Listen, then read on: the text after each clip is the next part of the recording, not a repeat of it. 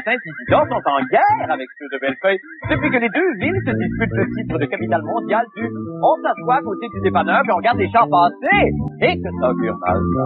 Et un élève de la Nouvelle-Écosse est accusé de voie de fait pour avoir porté de l'Aqua Velva. L'histoire se répète. Anne-Marie, qui est le citoyenne de la Nouvelle-Écosse, a également été accusée de porter de l'Aqua Velva. Je l'ai toujours dit, cette femme est une pionnière. Oh, bonne fête, bon, mesdames et messieurs, tout d'abord, des nouvelles de moi. Wow, wow, wow, wow, wow, wow, wow, wow. Ben non, mais là, je vous connais, vous pensez que parce que c'est notre dernière semaine, nous, on va s'amuser puis se la couler douce toute la semaine, mais pas du tout. Jusqu'à la dernière minute, je vous informerai. De force, s'il le faut. Cependant, je vous signale qu'à la fin de l'émission, on aura un animal et un orchestre. Oui, un animal et un orchestre. Allons-y tout de suite, si vous voulez bien, avec un compte-rendu exhaustif de l'affaire Eliane Gonzalez, qui a pris ce week-end, évidemment, comme on le sait, une tournure dramatique avec la libération manu militari du jeune garçon cubain.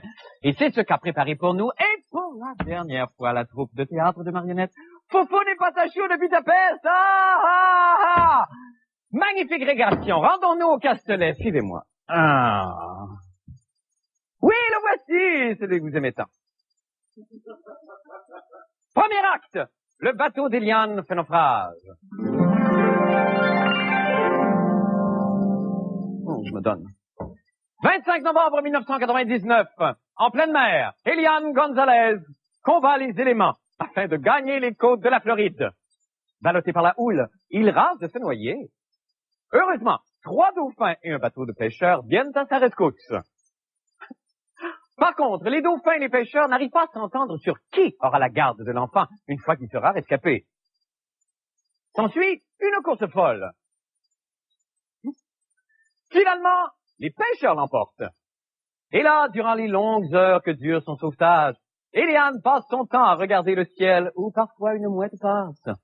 L'enfant est émerveillé, c'est de toute beauté. Et tout le monde danse.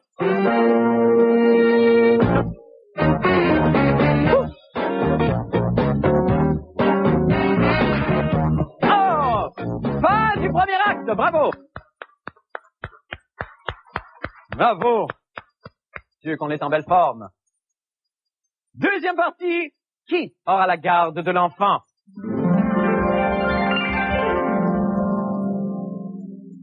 Arrivé à Miami, Eliane est sous la garde de sa cousine, Marislaces Gonzalez. Elle apprend que le président cubain, M. Fidel Castro, veut récupérer l'enfant. Et là, elle pleure. On l'informe aussi que la représentante du gouvernement américain, la procureure générale Janet Reno, souhaite qu'Eliane retourne à Cuba. Ah ben là, écœurez ma foi, excusez-moi, c'est la fin de la série, là, on n'a plus une scène pour acheter des maudites popettes, c'est qu'on fait ce qu'on a, on enchaîne. Bref, la cousine pleure encore. Manqué. S'ensuit une course folle. Au moment où Castro et Reno vont mettre la main sur Eliane, la Vierge apparaît dans un nuage de lumière. Le nuage d'abord et la Vierge ensuite. Elle annonce que le petit garçon doit rester à Miami. Encore une fois, la cousine se met à brailler. Bon, tout le monde danse.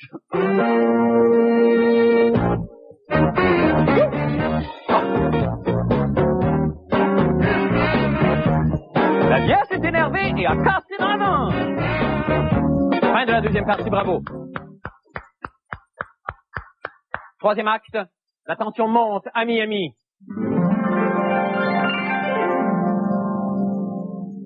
Autour de la maison où est gardée le petit Eliane, la communauté cubaine de Miami est réunie en prière. D'abord une, deux, puis enfin toute la communauté réunie en prière. Eh ben voilà, c'est la communauté de Miami réunie en prière. Ah, voilà toute la communauté réunie. Pendant ce temps, à Montréal, voyant la popularité du jeune garçon, le chanteur Johnny Hallyday, fou de jalousie, décide de se jeter à l'eau, lui, pour se faire sauver lui-même par des dauphins. Une truite arc-en-ciel le sauve. Ils se marient et font la première page du Paris Match. Johnny et Truita, enfin le bonheur. Elle a 45 ans de moins que lui. Apprenant cela, la cousine d'Eliane pleure.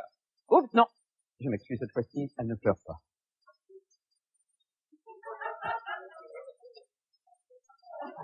Bon, voilà. Elle est contente, là. Au même moment, des soldats... Attends. Elle est partie.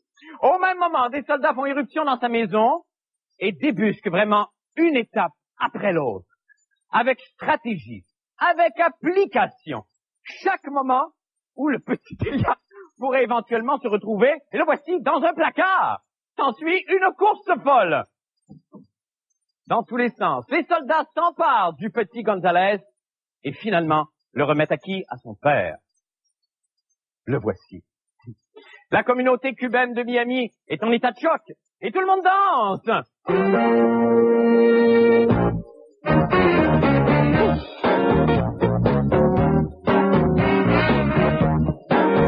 Oui, fin de la représentation. Eh bien, c'était le dernier spectacle de Foufoune et Batachou. Merci à ces brillants marionnettistes. Merci infiniment. Merci. Et bon retour chez vous. Maintenant, pour les nouvelles de la fin du monde. Eh bien, ce matin, la ministre Louise Arel présentait son livre blanc sur la réforme municipale et annonçait que le Grand Montréal comprendra désormais 105 municipalités au lieu de la trentaine qu'elle englobe. Alors, voici évidemment le résumé des réactions des gens de la Ville de Québec. Je ne pense pas, hein. Vous dites que je suis une ancienne Lorette, là. C'est trop grand, ça. Dans les proportions d'une baleine. Bon, dans les accents. Imaginez-vous la quantité de poteaux qu'il faudra mettre autour de ça et la quantité d'églises. Puis on va utiliser nos chouclacs, faut que ça arrête immédiatement, ça le développement de cette ville va plus vite que mes whippers. Oui, que mes whippers. Les whippers de ma calèche. Bon, on s'en sac finalement de ce que les villageois de la Haute-Ville en pensent. D'abord parce qu'on a, à la fin de l'émission, vous savez qu'on a un animal et un orchid? Oui. Mais aussi parce qu'on se demande quelles seront les conséquences de cette réforme municipale. Eh bien, Jean-René Dufort a fait enquête pour nous et on regarde ce que ça donne. Voici Métropolis par Louise Arel. Une des économies qu'on doit faire comme société, c'est arrêter de s'éparpiller et de se disperser. Dans une conférence de presse animée ce matin, Louise Arel annonce son intention de fusionner de force plusieurs municipalités au Québec. Alors, on subventionne les municipalités parce qu'elles sont petites et elles restent petites pour être subventionnées. Ce qui fait que 85% des municipalités du Québec comptent actuellement moins de 5 000 habitants. Les municipalités qui résisteront au changement verront leurs subventions coupées. S'il n'y avait qu'une page de ce livre blanc que je souhaiterais vous faire connaître, c'est celle à l'annexe 7, à la page 129 Attendez, excusez-moi, celle-là aussi est importante, hein, mais c'est la suivante. C'est l'annexe 8. La communauté urbaine de Montréal devrait s'élargir dramatiquement. Selon le plan Arel, la CUM compte actuellement 28 villes. Elle en comptera 105 en 2001, s'étendra aux 3/4 du Québec en 2058 et en 2123, la CUM couvrira l'Amérique du Nord et sera bordée par l'Amérique du Sud, le Groenland et l'Alaska. Alors donc, on peut être agricole et urbain. La preuve, évidemment, est la ville de Laval, avec presque un peu plus que le tiers de son territoire qui est zoné agricole, et ses 3 prochaines stations de métro. Il est à parier qu'avec le dépôt de ce livre blanc, certains maires ruraux seront en sacrament et voudront étouffer Mme Arel. Ici Jean-René Dufort, à Montréalopolis. Et allons rejoindre Jean-René qui nous attend à l'extérieur des studios. Jean-René, bonsoir. Salut, Marc. Bon, vous parliez des maires des villes de banlieue et même de la plus grande région métropolitaine et des périphéries de Montréal et des grandes villes, mais le maire Bourque, lui, devait jubiler à l'annonce de ce projet-là. Le maire Bourque, hier, ce matin, était fort heureux. Il a vu là-dedans un incitatif à une île, une ville. Questionner un peu là-dessus. Il a dû avouer que c'était pas vraiment clair, ça. Mais lui, il voit vraiment là une chance de réaliser son rêve d'avoir une île, une ville dans les mois qui suivent. Bon, est-ce qu'il y a eu des réactions des mouvements syndicaux à l'annonce de ce projet-là? Parce que j'imagine que, évidemment, qui dit fusion, il va peut-être avoir des mises à pied ou de la redistribution d'emplois. Comment ça va se passer?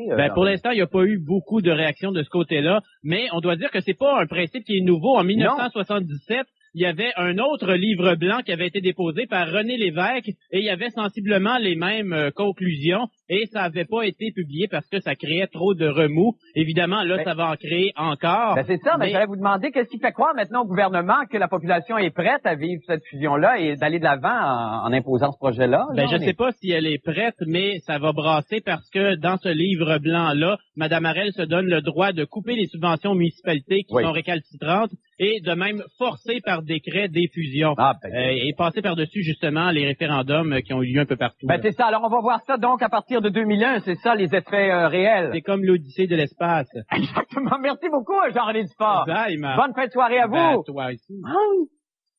Nous allons faire une petite pause et nous revenons avec d'autres nouvelles. Restez donc là.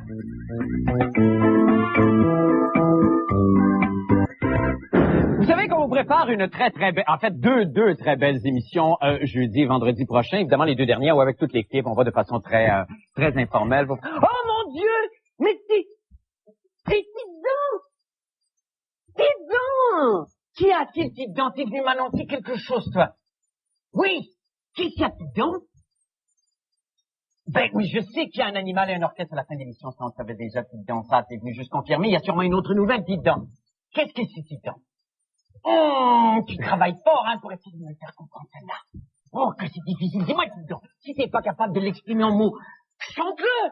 Chante-le, Tidon! Allez, sors un air de ton pays, je te tape tes mains. Vas-y, un air de ton pays. Raconte-moi la nouvelle. Mais parle, Tidon, parle, parce que c'est pas suffisant. Veux-tu le bouger, peut-être? Tu sais qu'il y a des gens pour qui la musique aide des gens qui ont des problèmes de motricité, peut-être que tu peux me le montrer, ça marche pas. Tidon, là, il faut enchaîner parce que vite, on est très pressé, Tidon. Tidon, je vais être obligé de te secouer. Tidon, parle-moi. Dis-moi, c'est quoi, je te secoue, Tidon. Mais mon Dieu, Tidon. Mais tu es bandé. Mais Tidon, c'est pas le moment de faire ça.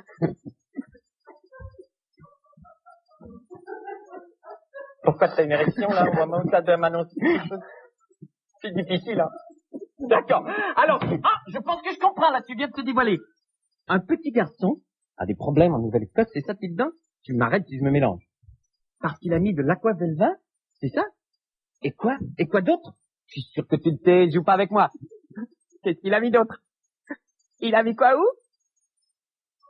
Oh, c'est difficile. Il a mis dans les cheveux, didipididou. Et qu'est-ce que ça fait, ça? Ça incommode sa maîtresse?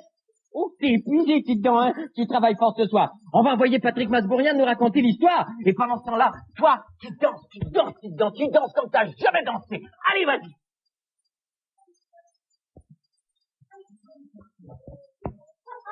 Voici le litige. Un étudiant de la Nouvelle-Écosse aime porter du déodorant Aquavelva et du gel DPT-Do. Mais l'odeur dégagée par ces produits incommode grandement son professeur. Celui-ci lui demande donc à plusieurs reprises de cesser cette pratique. Mais le jeune étudiant n'en fait qu'à sa tête. Résultat, la GRC fait actuellement enquête pour déterminer s'il y a matière à porter plainte aux criminels contre ce jeune délinquant. Est-ce qu'un parfum trop fort pourrait être un voie de fait? A priori, non. Ça m'apparaît complètement surréaliste de prétendre que quelqu'un qui soit se mettrait du gel dans les cheveux ou aurait une autre colonne qui serait trop forte ou trop envahissante causerait un voie de fait. Tout le monde porte du déodorant, là, même si c'est une odeur qui est assez corsée, c'est quand même en dessous du bras.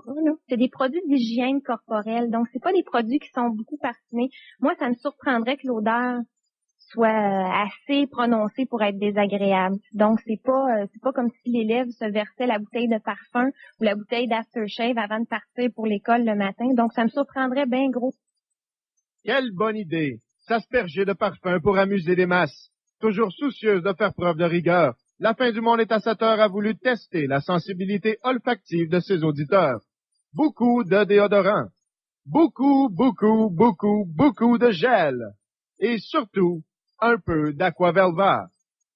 Ben, c'est sûr qu'il y a des personnes qui ont des intolérances au parfum, donc qui sont pas capables d'avoir une odeur. Il y a même des gens qui sont allergiques au parfum, donc des odeurs assez prononcées. Ils peuvent avoir justement faire des allergies à Ptoumé ou des choses comme ça. Mais vraiment là, des odeurs qui dérangent là. Si l'odeur était vraiment si désagréable que ça, elle serait peut-être pas sur le marché, donc les gens ne l'achèteraient pas. Aquavelva aujourd'hui, qui c'est Chanel numéro 5 demain peut-être? Écoutez, je trouve ça, on va se promener avec des senseurs autour de la personne pour pouvoir capter les ondes de parfum qui se dégagent de la personne. C'est surréaliste, là, ça n'a aucun sens. C'est vraiment ridicule. Et on est de retour en studio avec Patrick Bourriade devant sa famille. Bonsoir, Patrick. Oui, j'aurais aimé finir en beauté. Ben non, Marc, mais finissez avec toujours en une beauté. grande finale, hein. Eh non, mais est-ce qu'avant ça, effectivement, ça semble très Il surréaliste? y avait comme même le pas de disait petite musique funny, là, pour vous amuser. Oh, ben non, là. mais ça, c'est parce que vous nous savez toujours nous étonner. Ah, c'est la surprise. C'est la Oui, Là, allez-y. est-ce que, donc, il y a déjà eu dans les annales judiciaires précédemment un cas comme ça, qui a fait des poursuites qui ont été tentées contre quelqu'un qui empestait? Je crois que c'est un précédent. C'est un, Oh, je crois que c'est un précédent. Mais là, à partir de quand et à quel moment on peut poursuivre quelqu'un pour son odeur? Parce Ce qu'il faudrait faire, si, premièrement, ce serait très surprenant que ça se rende jusqu'en cour, mais si oui, il faudrait que la couronne, en fait, fasse la preuve de la poursuite, fasse la preuve qu'il a fait ça intentionnellement, qu'il a donc volontairement s'est aspergé, par exemple, Pour incommoder. Volontairement, il a voulu incommoder son professeur. Et en plus, il faudrait faire la démonstration que le professeur en a réellement souffert, c'est-à-dire qu'il avait un problème, par exemple, d'allergie. On sait que des gens ont des allergies. Un problème respiratoire, C'est quelconque. ça, s'il est asthmatique ou quoi que ce soit. À moins vraiment de faire là du frottage, comme je fais des fois avec Marc Brunet ici. Là, alors là, évidemment, il pourrait y avoir, s'il y a contact. C'est ça, du body painting olfactif, genre, d'une certaine façon. Un peu. Ça. Ah, Ben, vous voyez écoutez, un peu, hein, moi? non, pas tout de suite. Je vais attendre. Non, j'attends la fin de la semaine, fêter ça comme il faut. Bon, oui, ça me rappelle mes années de pensionnat. Merci Marc, c'est la infiniment, dernière fois Patrick. que je vous sers Oui, la main. c'était la dernière Et, conversation. Mais on se revoit jeudi, évidemment, pour partager Bien tout de suite sûr, vos bien moments. sûr, bien sûr. Nous allons bien faire une petite pause et nous revenons avec les sports et M. Paulot, restez avec nous. 26 avril. Et là, durant les longues heures que dure son sauvetage, Eliane passe son temps à regarder le ciel où parfois une mouette passe.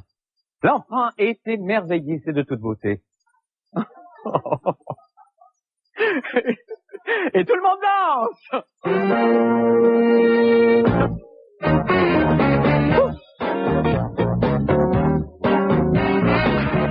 Oh, fin du premier acte, bravo. Bravo. 5 novembre 1999, en pleine mer, Eliane Gonzalez combat les éléments afin de gagner les côtes de la Floride. Ballotté par la houle, il rase de se noyer. Heureusement, 3 dauphins et un bateau de pêcheurs viennent à sa rescousse. Par contre, les dauphins et les pêcheurs n'arrivent pas à s'entendre sur qui aura la garde de l'enfant une fois qu'il sera rescapé. S'ensuit une course folle. Finalement, les pêcheurs l'emportent. Et qu'avec la libération Manu Militari du jeune garçon cubain, et c'est ce qu'a préparé pour nous, et pour la dernière fois, la troupe de théâtre de marionnettes, Fofo n'est pas Patachou de Budapest! Magnifique régression, rendons-nous au Castellet, suivez-moi. Oui, le voici, celui que vous aimez tant. Premier acte, le bateau d'Eliane fait naufrage. Je me donne. 20 de Saint-Isidore sont en guerre avec ceux de Bellefeuille depuis que les deux villes se disputent le titre de capitale mondiale du on s'assoit à côté du dépanneur puis on regarde les chars passer. Et que ça augure mal, ça. Et un élève de la Nouvelle-Écosse est accusé de voie de fait pour avoir porté de l'Aqua Velva. L'histoire se répète. Anne-Marie, qui est une citoyenne de la Nouvelle-Écosse, a également été accusée de porter de l'Aqua Velva. Je l'ai toujours dit, cette femme est une pionnière. Oh, bonne fête, bon, mesdames et messieurs, tout d'abord, des nouvelles de moi. Wow. Ben non, mais là, je vous connais, vous pensez que parce que c'est notre dernière semaine, nous, on va s'amuser, puis c'est la coulée douce toute la semaine, mais pas du tout. Jusqu'à la dernière minute, je vous informerai. De force, s'il le faut. Cependant, je vous signale qu'à la fin de l'émission, on aura un animal et un orchestre. Oui, un animal et un orchestre. Allons-y tout de suite, si vous voulez bien, avec un compte-rendu exhaustif de l'affaire Eliane Gonzalez, qui a pris ce week-end, évidemment, comme on le sait, une tournure dramatique.